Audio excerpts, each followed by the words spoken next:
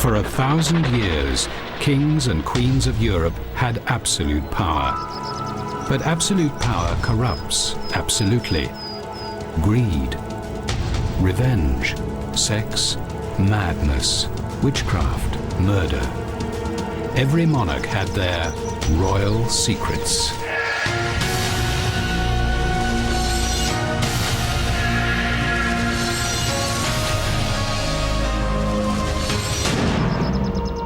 For many royals, wielding immense power was not enough. They wanted recognition. Some monarchs sought to bask in the adulation of great deeds. Others hid their inner feelings behind glorious facades. Louis XIV, the French Sun King, built the greatest palace in Europe. England's Elizabeth I hid her lonely soul behind a glorious mask, while medieval Edward I battered his way into history. All found their own way to the fields of glory.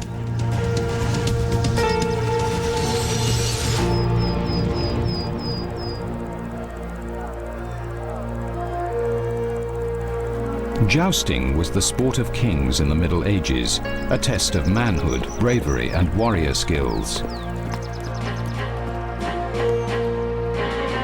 As the ladies of the court looked on, nobles and royalty pitted their strength in mock combat, according to the strict code of chivalry.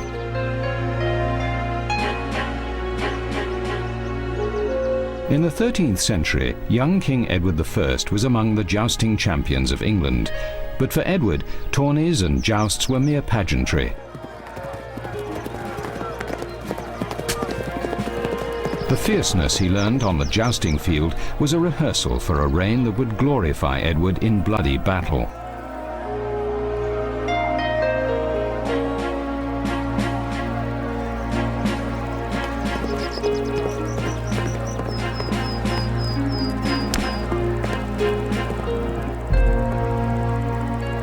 Born in 1239, Edward was a man with a vision of glory for his kingdom. His drive was so intense, he ordered his bones to be carried into battle if he were ever killed in combat. Edward's ambitions were stirred when he traveled through Europe to fight in the Crusades.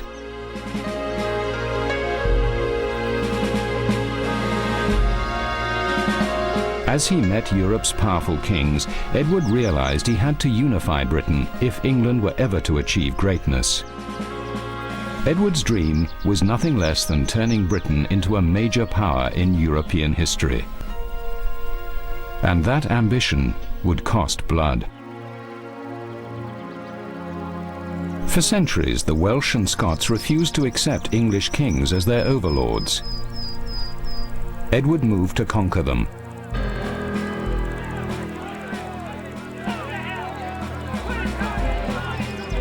The king traveled for days across the country to meet his army, snatching sleep in his chainmail suit when he could.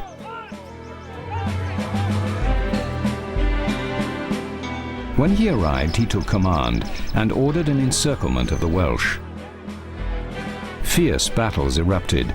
The Welsh, famed for their longbows and guerrilla tactics, fought back, but were no match for the lances of Edward's heavy cavalry.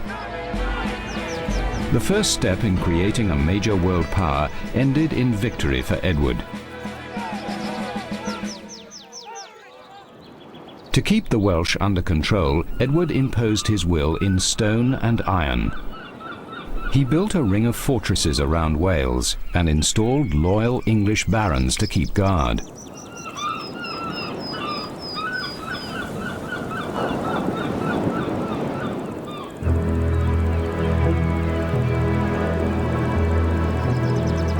This massive, impregnable castle of Carnarvon was the embodiment of Edward's determination to build a truly united Britain. Carnarvon Castle stamped Edward's dominion on the landscape, reminding potential rebels of the grand power of the English throne. Inside the walls of the castle, Edward and his followers were safe, but life there was far from luxurious.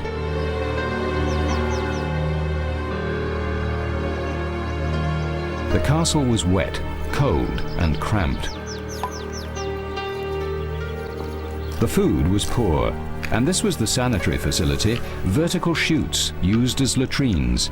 Nobody washed, not even the king, and their lice-infested coats were hung over the latrine so that ammonia fumes from the sewage would kill the parasites.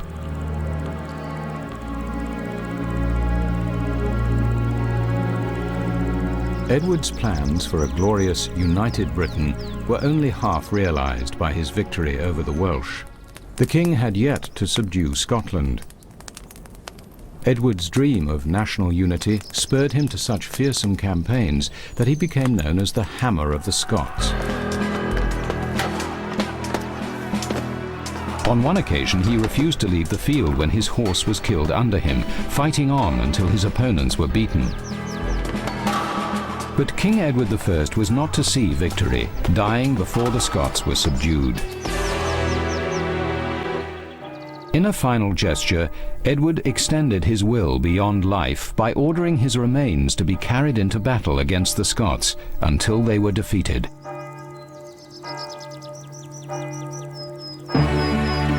Before he died, Edward sealed his glory by making his son, Edward II, the first Prince of Wales, a title passed down through each generation of British royalty and still held by the heir to the throne to this day.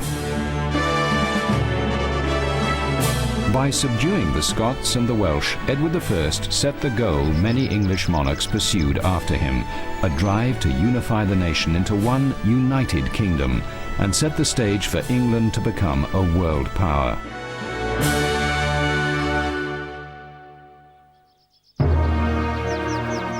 "400 years after Edward's reign, his legacy of national ambition lived on when the throne of England passed to a monarch determined to leave a blaze of glory, Elizabeth I. Elizabeth ruled over England's golden age at the end of the 16th century.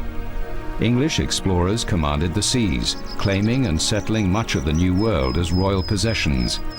William Shakespeare wrote plays at the Globe Theatre, many in honor of Good Queen Bess. But in her quest for power and glory, Elizabeth paid a personal price. And her tragedies started when she was only a young girl. Elizabeth's father, Henry VIII, executed her mother, Anne Boleyn, and then declared Elizabeth illegitimate. The Pope excommunicated her. Her older sister became the Catholic Queen Mary and imprisoned Elizabeth because she was a Protestant sympathizer. Worst of all, she was a woman, at a time when women were meant to bear children, not rule nations. Elizabeth was 25 when her older sister Mary died, and Elizabeth assumed the throne unchallenged. The new queen was young, graceful, and elegant, and she was aware that projecting the image of power was as important as holding power itself. She liked to be known as Gloriana and the Sun Queen. She dressed in jewels and pearls. One outfit alone was adorned with over 300 gemstones. She was constantly losing rubies, emeralds, pearls, and sapphires, which fell from her clothes as she walked. She owned over 500 gowns and skirts, 125 petticoats, and 27 jewel-encrusted fans. Her jewelry collection was said to be the richest and most varied in Europe.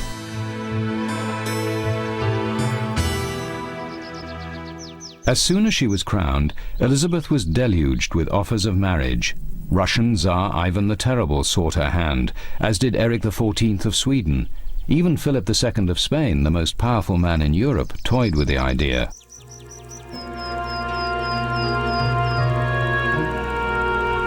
But her secret love was probably the handsome young Robert Dudley, Earl of Leicester, a childhood friend. Elizabeth secretly kept a locket with Dudley's portrait that she marked as "My Lord's picture," but her lord was already married. Marriage to any man posed a problem for the Queen. When Elizabeth summoned her first parliament, she declared, "Now that the public care of governing the kingdom is laid upon me, to draw upon me also the cares of marriage may seem a point of inconsiderate folly. Yea, to satisfy you, I have already joined myself in marriage to a husband, namely the kingdom of England. Then she displayed her coronation ring. To me, it shall be a full satisfaction, both for the memorial of my name and for my glory also, if when I shall let my last breath, it be engraved upon my marble tomb, here lies Elizabeth, who reigned a virgin and died a virgin.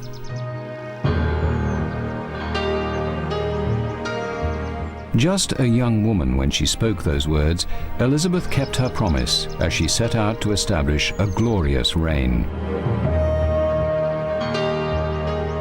When Philip II of Spain, her rejected suitor, launched an invasion of England, Elizabeth seized her chance to show her true glory. In 1588, a massive Spanish armada of 130 ships and 17,000 soldiers sailed up the English Channel to attack England. As the armada approached, Elizabeth travelled to visit her troops. I am come amongst you, not for my recreation and disport, but being resolved in the midst and heat of battle to live and die amongst you all, to lay down my honour and my blood even in the dust, for my God, my kingdom, and my people. I know I have the body of a weak and feeble woman, but I have the heart and stomach of a king, and a king of England too.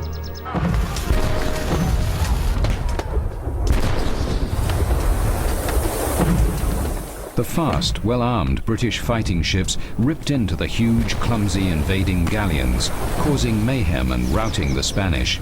It was Elizabeth's most glorious hour. As her fame spread throughout Europe, everyone wanted her portrait. But Elizabeth was growing older and her looks were fading. She refused to sit for artists, but the Queen knew she had to keep up her public image as a vital and powerful ruler. She had this official pattern of her face made up. As a result, hundreds of near-identical portraits were produced, reflecting not the true Elizabeth, but a public relations image of an idealized, ageless sovereign. Elizabeth's official face gradually became a lie, and her real face disappeared beneath growing layers of powdered eggshell, alum, poppy seeds, and white lead. Yet somehow one portrait managed to slip through the net of official censorship. It showed a tired, deeply wrinkled face and an ill-fitting wig over a balding head. A far cry from the many official portraits painted the same year.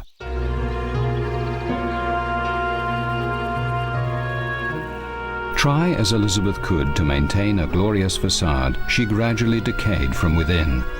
Her teeth turned black and her hair fell out. Though the public Elizabeth was still adored by her subjects, the private Elizabeth grew ever more lonely. But the Queen was still susceptible to flattery, and at the age of 57 she fell for the stepson of her old favourite Dudley. Handsome and half her age, the Earl of Essex charmed Elizabeth. She gave Essex the command of her army in rebellious Ireland, but he disobeyed the Queen's orders and ended up rebelling against her. Elizabeth was devastated, but as Queen she had no alternative but to punish Essex. She sent him to the Tower to be executed. Before his death, Essex wrote spitefully, "Being now an old woman, she was no less crooked and distorted in mind than she was in body." In the last months of her life, sadness overwhelmed Elizabeth. She had all the mirrors in her rooms removed, so she wasn't reminded of time's ravages and of glory past. Elizabeth died in March 1603. She was 69. 1,000 mourners followed her cortege to Westminster Abbey. Elizabeth's marble face was carved from her death mask, the true likeness of a queen whose real face few ever saw.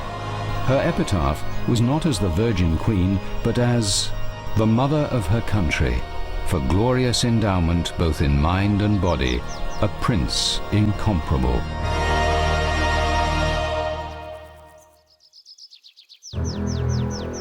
"40 years after Elizabeth's glorious reign ended, across the Channel a prince was born who would become France's most glorious monarch. But the start of his reign promised nothing but ignominy. Before dawn on a February morning in 1651, the boy king woke to hear the furious roar of an angry mob rioting against rising taxes. They were breaking into his palace.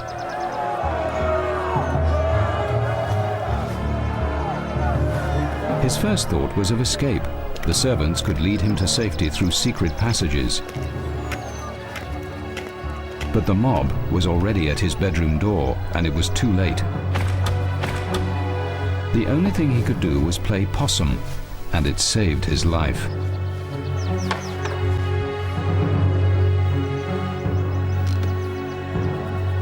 The mob was so charmed by the sleeping child, it said they left the palace on tiptoes, according to a witness. Whereas they had entered the palace like furies, they left it full of gentleness, asking God with all their hearts to protect their young king, whose presence had the power to charm them. The boy king was Louis XIV of France, who came to the throne at the age of 5. His reign was to be the longest and among the most glorious in European history. Louis grew up here, in the Palais Royal, in the center of Paris. It was a time of great upheaval. Harvests were bad and taxes were rising. The young King Louis was not even old enough to be crowned. He was besieged, not only by the Paris mob, but by his own nobles.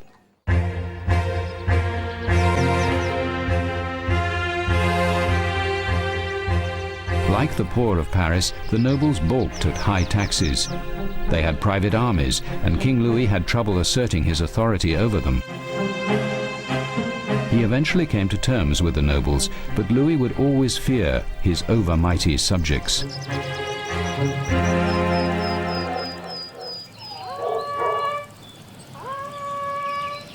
As a young man, Louis loved hunting in the woods outside Paris. On one of these trips, he had an idea that would counter both his enemies at one stroke. First, move the palace away from the rabble of Paris, and second, make court life so exclusive all the nobles would want to live directly under Louis's control, far from their own armies.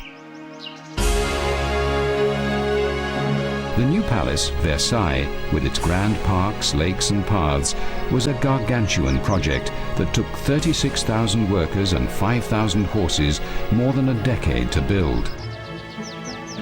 At the court of Versailles, Louis imagined himself as the Sun King, the center of the universe. His courtiers were the planets, his subjects the stars. He created a new celestial order, and it dazzled all who fell into its orbit. Louis turned every minor detail of daily life into ritual. Even the king's daily dressing was high ceremony, and Louis reduced his nobles to minor roles in his pageant. One duke might hold Louis's nightshirt, a second help remove it. A prince might have the high honor of handing the king a fresh shirt for the day.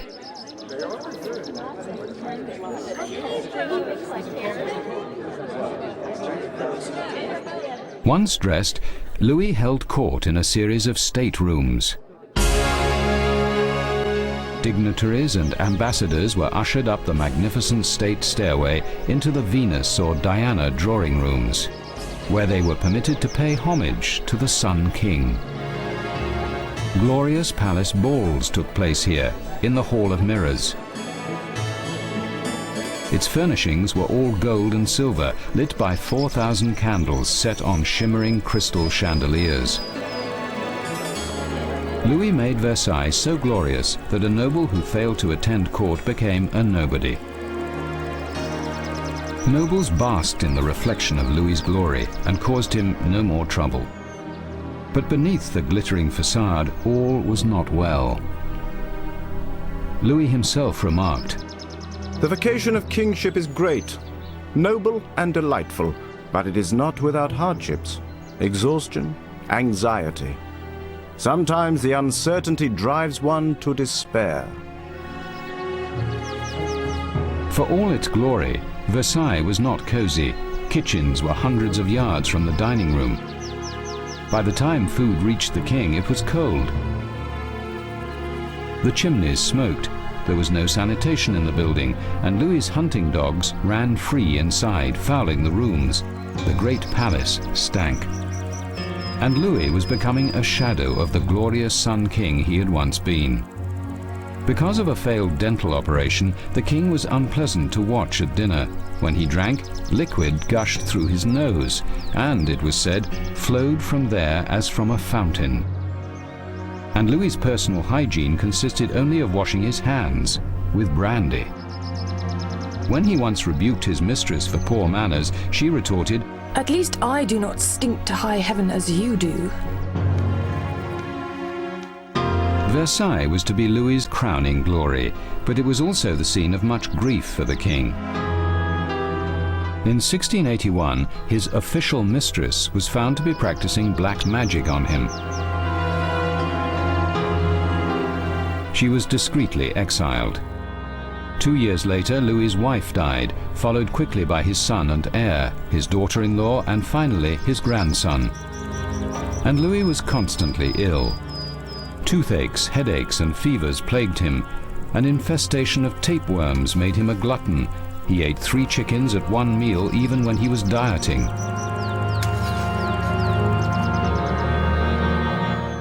These troubles made Louis depressed and racked with self-doubt. Though he maintained a glorious public facade, underneath he was sinking into a midlife crisis. All his life, Louis maintained, "My greatest concern has always been glory," and Versailles was that supreme achievement. But his children wanted no part of the grand palace.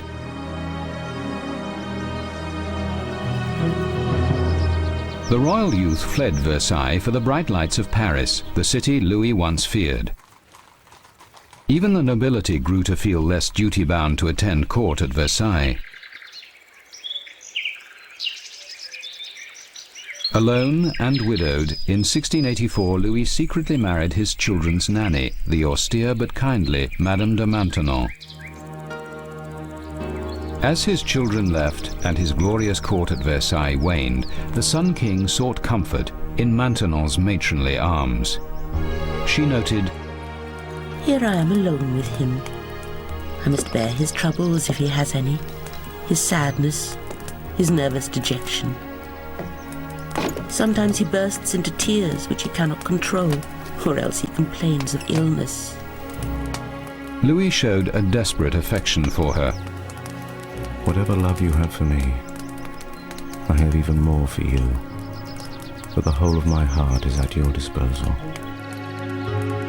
As death approached, Louis could not resist one last flourish. His last recorded words were, I lived among the people of my court. I want to die among them.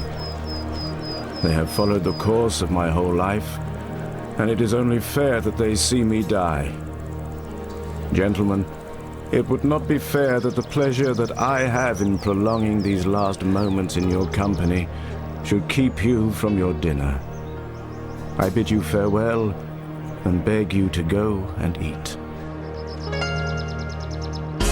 Louis's reign lasted 72 years, the longest in European history, and in his old age the king, whose greatest concern had been glory, realized true fulfillment lay in the comfort of old friends and close family.